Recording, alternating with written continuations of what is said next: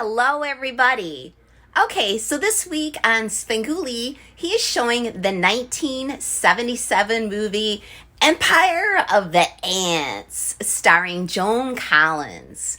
So I think for this week, I'm going to be putting together a costume and a very, very cool prop.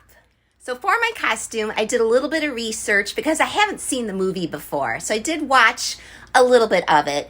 And I noticed that Joan Collins wears pretty much the same outfit during the whole movie. So I'm assuming that the movie takes place probably over one day.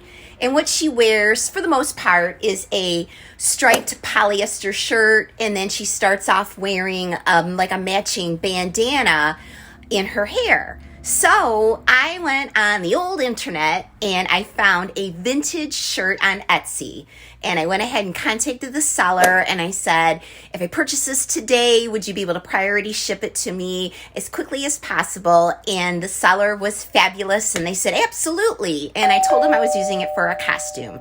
So I will be getting this very cool polyester shirt that is almost exactly like the one that she wears in the movie. So here's also a little spin that I think I'm going to do on the costume. So I was talking about my costume with my son, and he came up actually with a really, really cool idea. He's like, hey, Mom, wouldn't it be cool if you put a little spin on it like The Fly, sort of like you were transforming into an ant, like in the middle?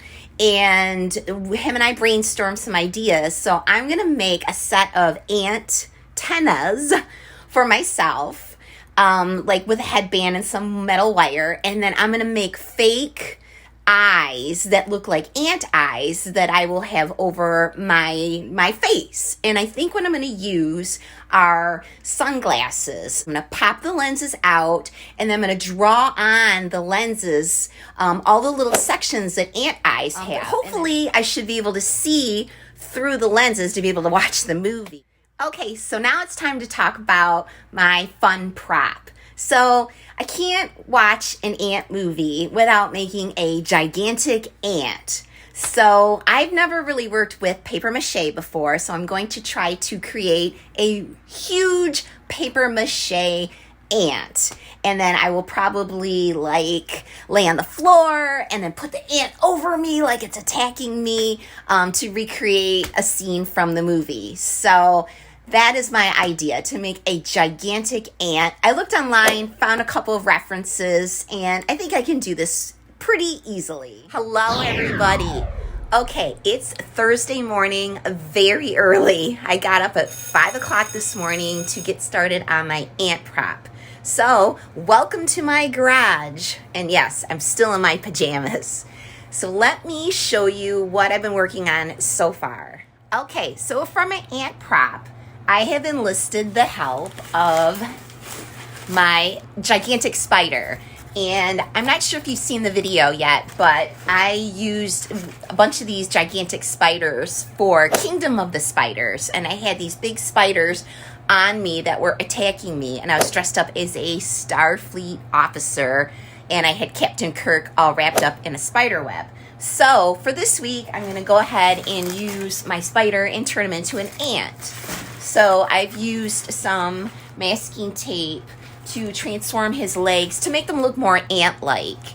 And then I've started to create the ant body using a garbage bag. And then this is the lower half of the ant body with a nice little pointy tail. So I'm going to go ahead and continue to use all of my paper stuffing and stuff the rest of the body. And then I'm going to go ahead and cover everything in paper mache. I've never done paper mache before. I know that's kind of hard to believe. Like, what kid never did paper mache? But I never did. So it's all a learning experience each and every week. But hello again. Okay, so it is time for me to get ready for work. But I wanted to show everyone the progress that I've made so far this morning on the ant body and the ant head. So I'm pretty happy with how it's coming along. So let me go ahead and show you what I have. I'm going to get down here on the floor because I actually have my ant on the floor just to kind of get an idea of how he's going to be able to stand. So here is the ant. This is the middle section of his body. And then here is his tail, the pointed tail. So I've connected, the spider body is actually in here, and then I wrapped it with some like plastic packaging materials to sort of get the shape. And then over here I have the actual head of the ant. This is the shape that I found online for my reference. The head is sort of shaped like a triangle, or maybe like a guitar pick.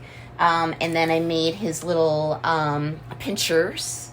And then these are extra legs that I cut off of my spider body, and those are going to be the antenna. So I don't know, I have to figure out how to attach the antenna on here, but I'm going to go ahead and wrap this up, pun intended, for right now. And then when I get home from work, I'm going to go ahead and try to attach the antenna and then get started paper macheing. Okay, it's Thursday night, about 6 o'clock, and I just wrapped up working on my props. So I just kind of wanted to show everybody my progress so far. So here he is. Hopefully you can see him. I just finished paper macheing him. That was a lot of fun. I've never done that before, and I actually think I got some of the glue in my hair. But I would definitely like to try paper mache on another project, hopefully giving myself a little bit more time to complete it. But I am really happy with the way he came out. So he's all assembled with lots of duct tape and wire. And then these are the antenna that I covered in masking tape. And then I left a little bit of the fuzz on the end because I thought they looked kind of cute. So he's got hairy legs here, and then masking tape down here. And here's the rest of his body. So I'm going to let him dry probably overnight and then spray paint him in the morning. Oh yeah, and I have to remember to make his eyes. I'm going to make his eyes out of some foam pieces that I have and then score little lines in it to sort of give him the look that he has an ant eye. But other than that, I'm very happy with the way he's coming along so far. Hello, everybody.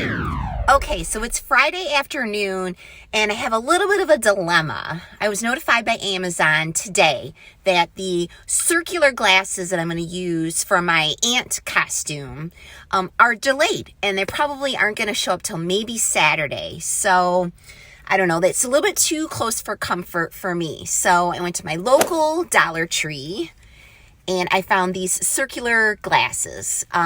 They look like they're reflective, but they're just like a dark gray. So I think these are going to work perfectly for my costume. So thank you, Dollar Tree, for coming in handy in a pinch. Hello, everybody.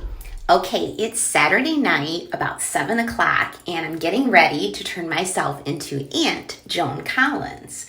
So I wanted to show you guys the eyepieces that I made out of the sunglasses that I bought at the Dollar Tree. So I have 2 of these, and then I'm going to use probably my latex or my spirit gum glue to put them on over my eyes, obviously after I put my contact lenses in. But I just got done curling my hair, and here are my antennas that I made.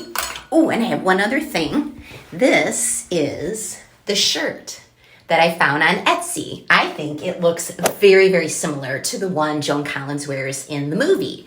So I cut the bottom off of the shirt to make the little headband that she wears over her head. So I just got done curling my hair. So I'm going to go ahead and put on the antennas and probably put the wrap on over the top. And oh, one other thing.